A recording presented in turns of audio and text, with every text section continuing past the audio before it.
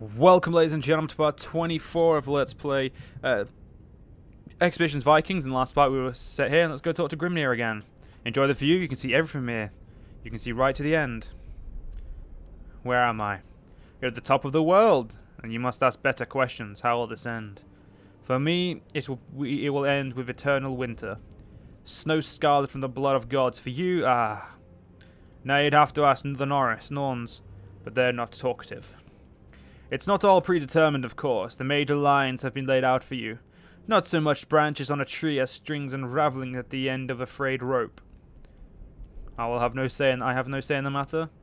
The old man lets his gaze wander upwards to the sky where the trick rivulets of snow swirl from the great dark clouds, a difficult question under the best of circumstances. Much about a person's course is determined from the beginning. The path you walk now would never have been open to you, were you not the son of a Thegn. Had you been born elsewhere or in a different time, you might have been a philosopher or a slave. You might have spent your entire life staring into glowing glass. Regardless of the life you were born into, your culture shapes you. Had you been the chieftain in a Christian country, you would have not been a warrior. You would not be a warrior. You are also shaped by your upbringing. Had your parents not installed you with their proud defiance, you would not have crossed the sea to defend your freedom. Yet, despite the compulsions that rule and restrict you, humanity has an inherent certainty in its own self-determination. Even if you decide that your actions are not always your own, you cannot live accordingly. If you feel with every fiber of your being that your decisions are your own responsibility, what difference does the naked truth make? Will you guide me? No, such guidance would bring you only the illusion of safety. Grimnir begins to turn away. But then a thought appears to strike him. Many have asked of you of your intentions, raider or trader. Are you beginning to see the lie beyond the choice? What if peace were never an option? A story requires drama, and drama requires conflict. What if your real choice is which tragedy to perpetrate?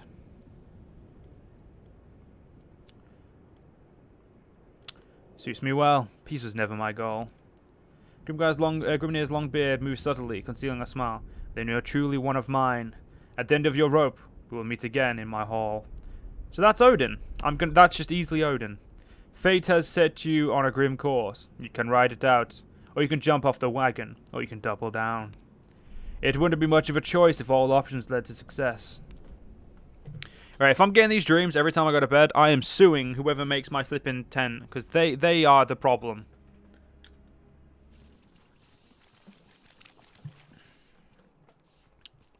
Right, everyone went up, so you know what, I'm happy. I'm happy that I'm not going to waste any more days just healing. I'm going to try better to not be shit. It's going to be hard, because this is me we're talking about, and there is loot down there, so I'm going to go... Oh, jeez, no. Sod that. You two still have little injuries. I'm going to go buy some more medicine. And then when we're done talking to the Earl, the Count, King, sorry, he's the petty king. So technically he's a duke, but let's not get into it. Let's not get into it. He's a king. So we're going to go speak to the king, but we're going to buy some medicine. And then we're going to go raid some people, because I need some more money. And let's be honest, last time I raided somewhere, made me pretty fucking wealthy. So, just saying. Even worn and broken, those walls would make it difficult to take the city. Subterfuge might be the only option. Nah, there's many ways to breach a wall.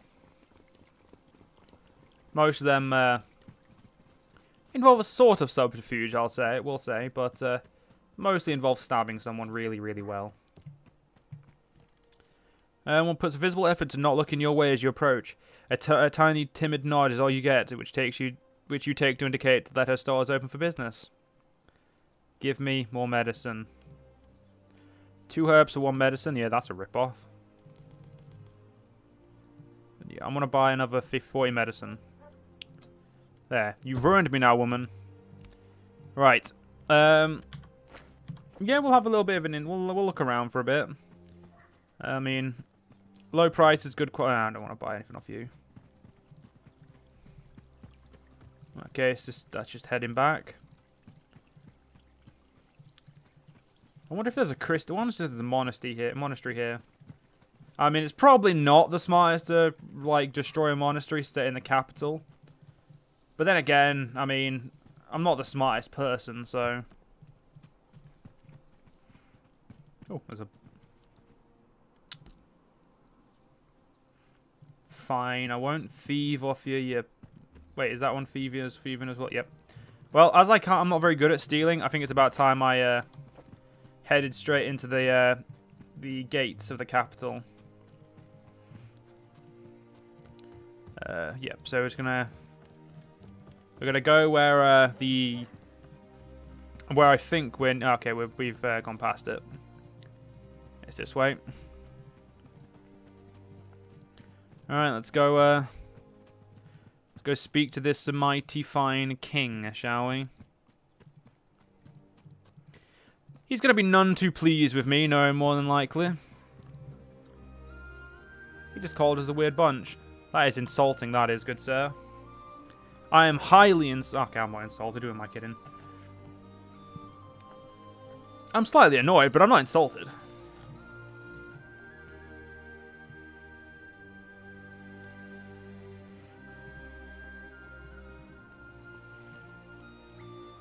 Osred the Second. The King of Northumbria sits at the very edge of his seat, one hand gripping each armrest of the chair, craning his neck to count your herd entering his hall. By his side stands a man whose astute robe marks him as the high-ranking religious figure. As you enter, he leans over to infect the king with a frown via the medium of cautioning whispers. The king motions to his guard, and they raise their weapons without aiming them at you. You stand before Osred, the King of Northumbria. My court has been told that you attacked a village on the coast and raided the convent of St. Augustine. Is there truth to any of these accusations?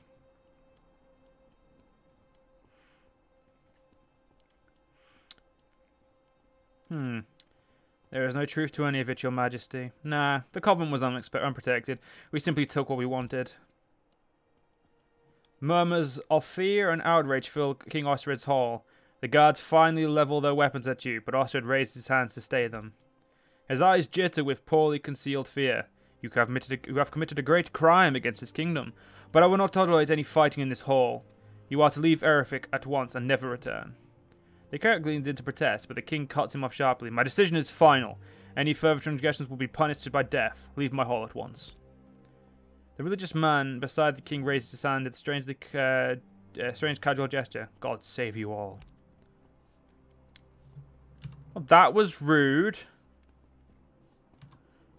Just saying, rude. Ooh. A quick word, if you please. I trust you are not too surprised by his majesty's reaction. After all, you are foreign warriors of pagan faith.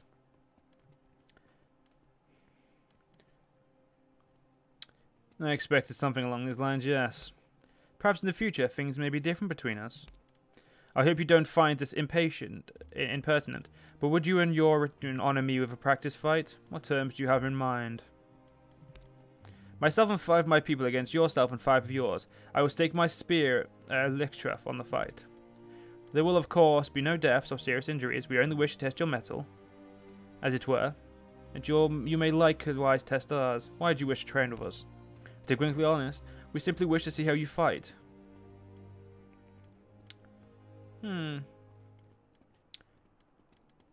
We accept. No, we don't. We will not participate. This is regrettable, but I understand. Doubtless, you fear giving away your tactics to one who may be your enemy in the future. Be Augustin. Well, I mean, we're not allowed in the hall, but at least I can go get docking permissions, I guess. I mean, we've got to bring the mighty Fafnir in, just to piss them off, I guess. So we'll set that mission up, and we'll see how much that costs us. And then we're going to go raid some people, because raiding's fun. Slaughter is fun. If anyone tells you slaughter isn't fun, ladies and gentlemen, they're not your real friends. A man dressed in a simple yet elegant clothes takes a few steps towards you as you leave King Osred's hall. He extends both hands to show that he's unarmed. Though a smile rests on the man's lip, there is no hint of it in his eyes. How fare you, Halford? My name is Wada. I should like a word or two with you if you can spare the time. There's a very different tone than the king took with me. Not afraid to be seen with vile heathens? Wada's smile widens, but is still nowhere to be seen in his eyes. thinking as proud of his strength of his faith. We are not all of us so pious.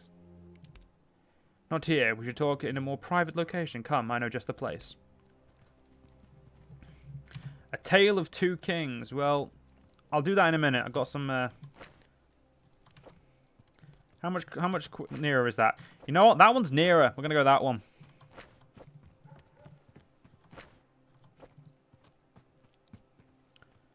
I don't know who you are, but I'm gonna talk to you later. Now, so we'll talk to you now. You're a rough-looking group, not here to cause trouble, I hope. Wouldn't dream of it. Look, I don't know you well enough to offer much. Can't send strangers out to enforce the king's justice. Come back here when people know your name, or at least won't bar their doors to your passing, and we'll talk. Nah, I'm good, mate. You're gonna be dead before then, so you know what, who cares? Cry? You gradually become aware of a woman watching you from down the street. When your eyes meet her gaze, her face lights up with a smile that beams mischief. She raises a dainty hand in greeting and waves you closer. She's a gorgeous woman, somewhere in her early 20s. She's alluringly dressed, in red fabrics worthy of a queen. You have no doubt men would kill for her, and something about her makes you think perhaps some have. Her voice is thick and smooth as honey. It's a rare thing to see such a finely dressed visitors as you in our streets. She leans slightly to look past you, letting her eyes glide slowly across your hideman. With a retinue like that, you must be some manner of king. I am Sigmar, Thegn of Skjern, and Jarl of Oknar. Curiosity twinkles in her eyes as you speak. Your voice. You speak in such a strange way. Will you say something in your own language? One day I will lead 100 ships up the river and set this entire town ablaze. She conceals her smile cautiously with the back of her hand, but she cannot conceal her excitement. That's beautiful. It sounds like a heathen spell. My name is Cry, widow of the merchant Baldred. I am honored to meet you. Almost impossibility. Kaya glides one step towards you. I don't wish to impose upon a man of your standing, but you fascinate me. Will you consider lending me your aid? That very much depends on the nature of our agreement.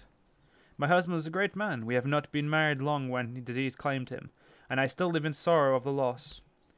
Kaya's voice raises slightly as she speaks, and takes on a strangely wispy quality. It reminds you of Edith telling stories about her hearth when you were a child. Since his passing, I have known many suitors.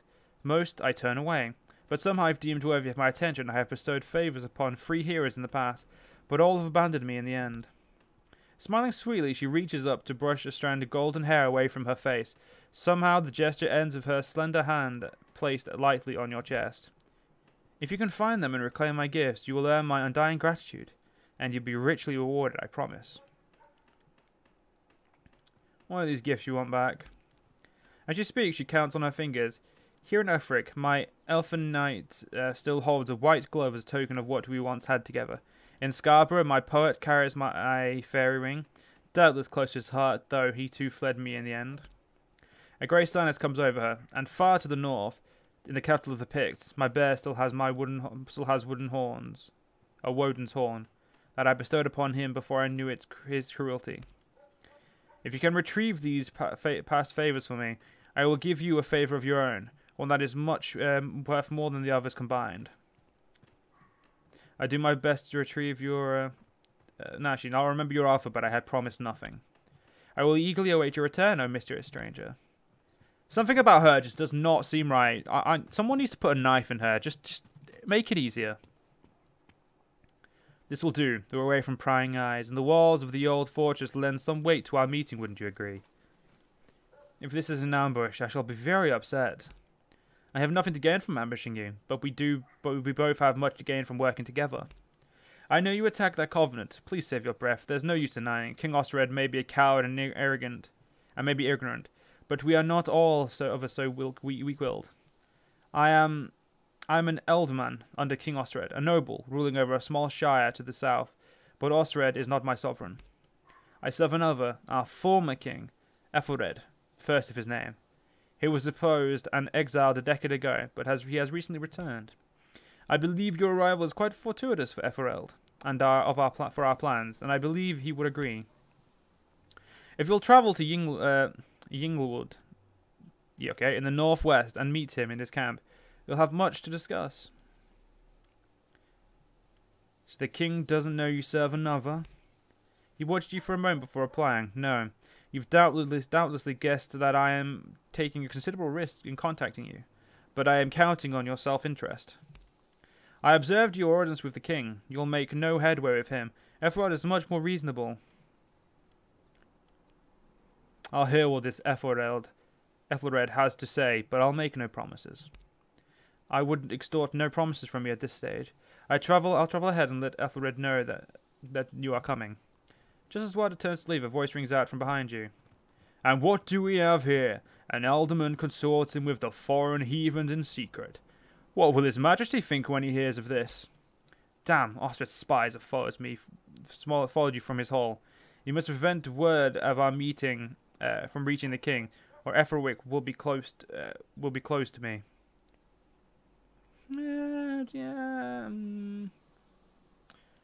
This is your problem, Wada, not mine. Wada draws his swords resolutely. You'll have to forgive me for making it your problem as well, then. It's my only option. As Wada draws his weapon, so do Osred's people. Like it or not, you've got a fight on your hands now. Well, Kolga, you're a bowman, so get the feck over there. Kettle, so are you. Get back. You know what? This asshole can go up the front. Oh, shit. Move me there. Nephew, get back. Gunmar. You know what? We're going to have a 4-person front. There we go. And Nephew, of course, you'll sit behind it. You'll sit behind so you can do a great amount of damage. And you know what that should do? Activate ranging shot. He's going to hit probably the majority. Yep, 4 of us.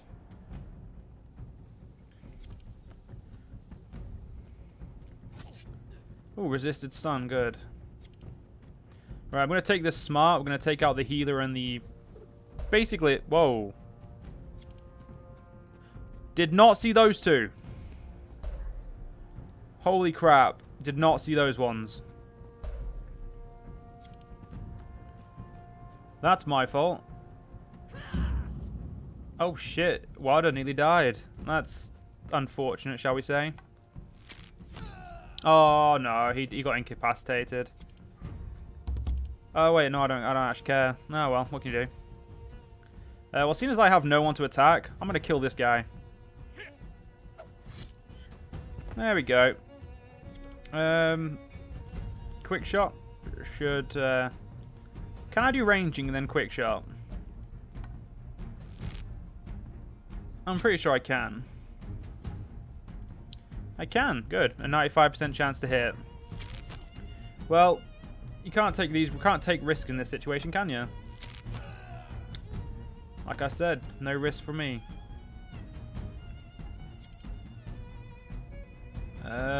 Something tells me you're not going to be able to hit her. No, you're not. Let's move you to here. No, can't hit many. I can hit those people up there, so I'm going to range those 2 assholes out, and we'll shoot at them.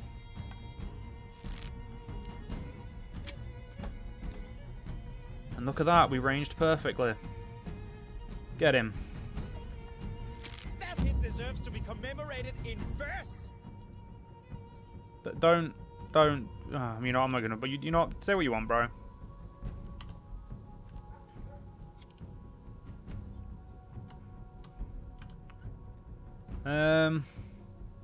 Yeah. So close, so close. I'm gonna want you to stun her. Oh, good, nephew. Stab. Good, good, good, good. Gunnar, I'm gonna have you move there, so you're out of the spot. Same with you. Yep, we're gonna make sure we're out of the spot. Ah, you're interrupting. I guess that's fine. There we go. I mean, we could use our numbing tincture, but we're not going to. I don't see a reason. That's right. You waste your time healing the archer. Oh, demoralize. Well, if Gunnar wasn't busy, I'd have him demoralize you. But Gunnar's going to be a bit busy stabbing someone to death. Yeah, we'll take out the archer. He's upset me. Oh, sweet. A headshot. Go up to here, Ketil, please. There we go. Oof, good shot. Kolga, you can... Yeah, we've used both our ranging shots, so... I'm just going to get into a better position to shoot. 52%, that's going to have to do. It did. Cleave. Make an attack that always bought, but okay. So basically, yeah, just no point blocking, just stab.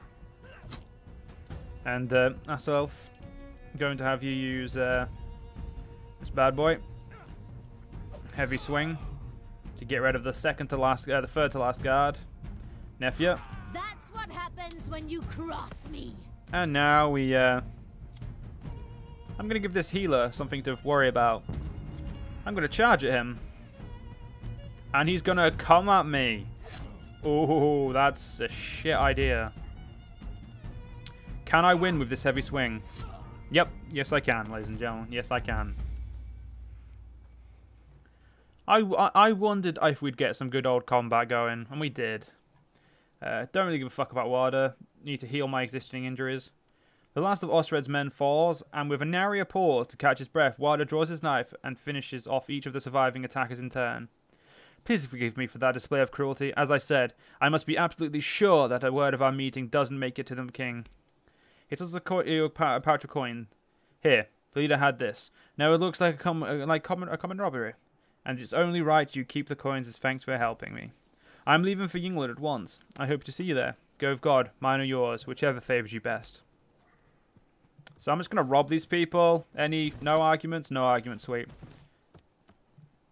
I mean, they're dead, so... What do dead men have? Why do dead men need trinkets? The answer is, ladies and gentlemen, they don't. So we're going to take it. What's over here? There is someone here. So, ladies and gentlemen, we're going to end this part here. If you guys have enjoyed, and I'll see you guys next part. See you guys then.